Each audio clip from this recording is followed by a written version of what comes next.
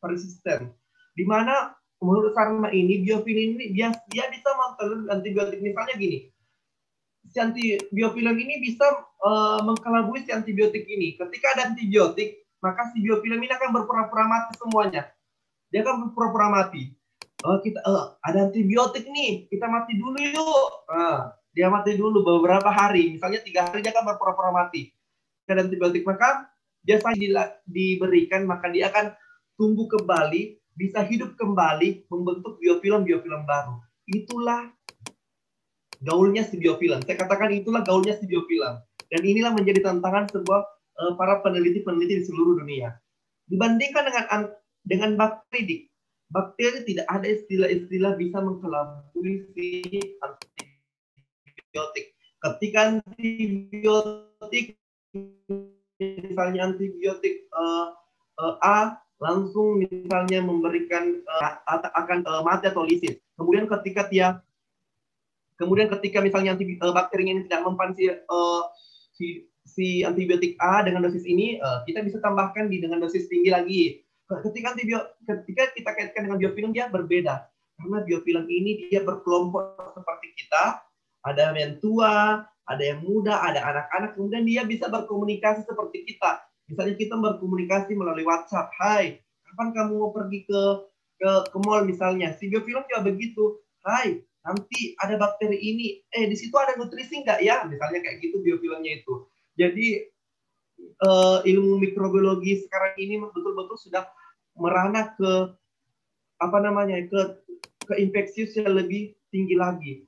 Jadi banyak tantangan-tantangan yang harus kita hadapi yang berkaitan dengan si biofilm ini. Lanjut.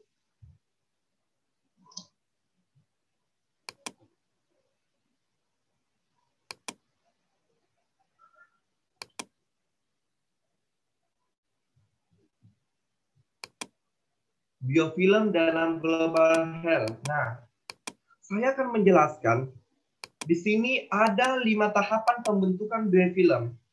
Yang pertama inilah dikatakan dengan bakteri. Di sini belum disebut sebagai biofilm. Tahap pertama ini disebut bakteri. Dia bakteri atau planktonik lah. Dia dapat hidup bebas di alam dan di udara. Jadi dia belum melekat pada satu permukaan. Yang tadi bahwa terjadinya infeksi mikroba ketika dia sudah melekat pada sel inang. Ini belum melekat. Nanti pada tahap kedua,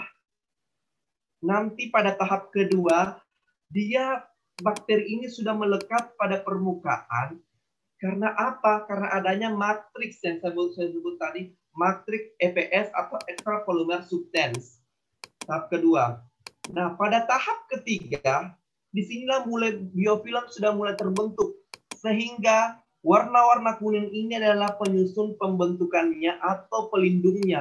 Jadi biofilm yang warna merah ini di dalam, kemudian yang warna kuning inilah pembungkusnya. Di sini biofilm sudah mulai terbentuk. Nah, pada tahap keempat, biofilm terbentuk semakin banyak dan membentuk 3 dimensi atau membentuk kelompok-kelompok dimensi. Misalnya, kelompok 1, kelompok 2, kelompok 3. Mereka saling terhubung satu sama lainnya yang dikatakan dengan komunikasi yang disebut dalam biofilm merupakan komunikasi quorasensin. Dalam manusia mungkin kita bisa berkomunikasi melalui WA, Instagram, telepon. Di biofilm, di mikroba juga ada juga namanya quorasensing. Dia bisa berkomunikasi. Hello, gimana kabarmu bakteri-bakteri lain? Nih ada nutrisi nih. Misalnya, hey, ada obat akan masuk, tolong kita buat perlindungan. Nah, di sini mereka membentuk ada bakteri dewasa, ada bakteri anak-anak, ada bakteri yang balita. Kemudian harus kita ketahui bahwa dalam biofilm, bakteri bukan hanya satu jenis bakteri, tetapi dia bisa berkontribusi dengan bakteri lain. Misalnya apa? Misalnya bakteri S. aureus dengan Pseudomonas aeruginosa. Betapa ngerinya ketika si bakteri gram positif si S. aureus ini, dia berkontribusi dengan bakteri si Pseudomonas aeruginosa, si bakteri gram negatif ini. Jadi obat Misalnya si obat ini ya, anggaplah obat antibiotik yang hanya berspektrum sempit. Dia bisa hanya menghantam si gram negatif, misalnya gitu. Dan kita ini sedang mengalami infeksi. Kita diagnosanya infeksi ini, kita harus berikan antibiotik ini. Antibiotik ini pasti untuk biofilm dia tidak akan mampu untuk membunuh semuanya, karena mengapa? Antibiotik ini berspektrum sempit, dia hanya misalnya membunuh si bakteri gram negatif. Yang gram positif tadi, yang Staphylococcus aureus akan tetap tumbuh. Itulah jahatnya si biofilm. Dibandingkan dengan bakteri, bakteri tidak bisa berkontribusi dengan satu sama lainnya. Nah, misalnya ada yang bertanya lagi, bagaimana jika diberikan antibiotik dengan spektrum luas? Misalnya bisa gram positif dan bisa gram negatif.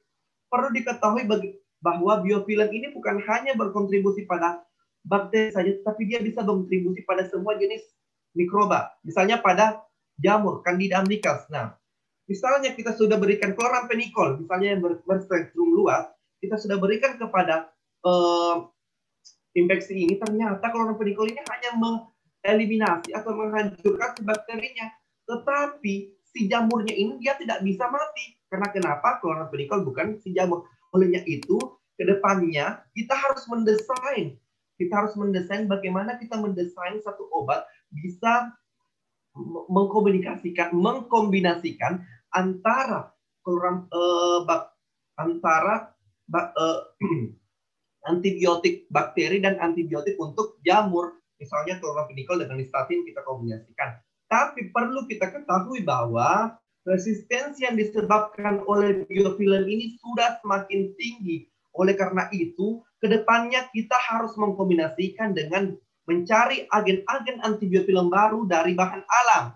Dari bahan alam misalnya dari minyak cengkeh, yang isinya dalamnya eugenol. Misalnya dari mana lagi? Dari kunyit yang isinya dalamnya kurkumin. Dan adik-adik harus pahami bahwa penelitian biofilm ini, ketika adik-adik ingin mengambilkan materi ini dalam skripsi, pengujiannya tidak terlalu panjang, tapi memang butuh skill atau butuh metode. Nantinya ketika adik-adik mau melakukan penelitian, nanti saya bimbing untuk melakukan penelitian ini. Dan ini kita bisa selesaikan dalam waktu 3 minggu dengan metode yang bagus. Dan saya yakin orang India, orang Jerman, semua suka dengan materi, dengan yang katakan biofilm, karena memang masuk dalam isu global. Kemudian, nah, kita lihat di sini, ini infeksi pada luka bakar. Di sini ada biofilmnya di sini. Nih, ada biofilmnya. Pada kateter rumah sakit. Nah, di sini sangat lebih cepat lagi pembentukan biofilmnya, Dik.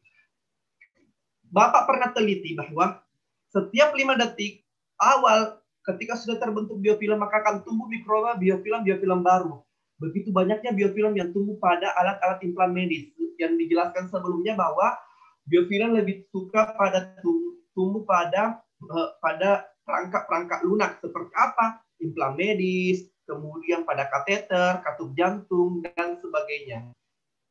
Next.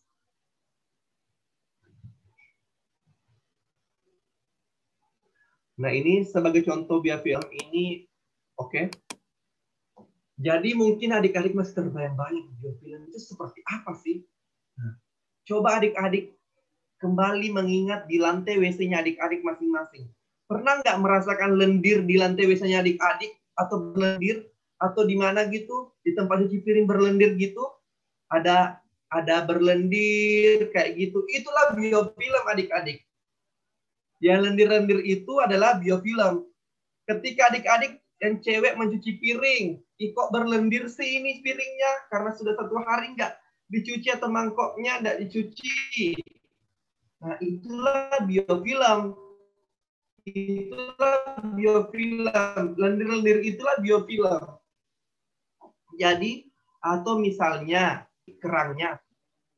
Oh, ternyata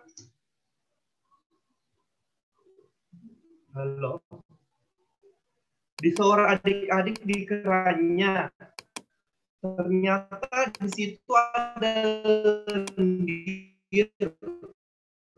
Itulah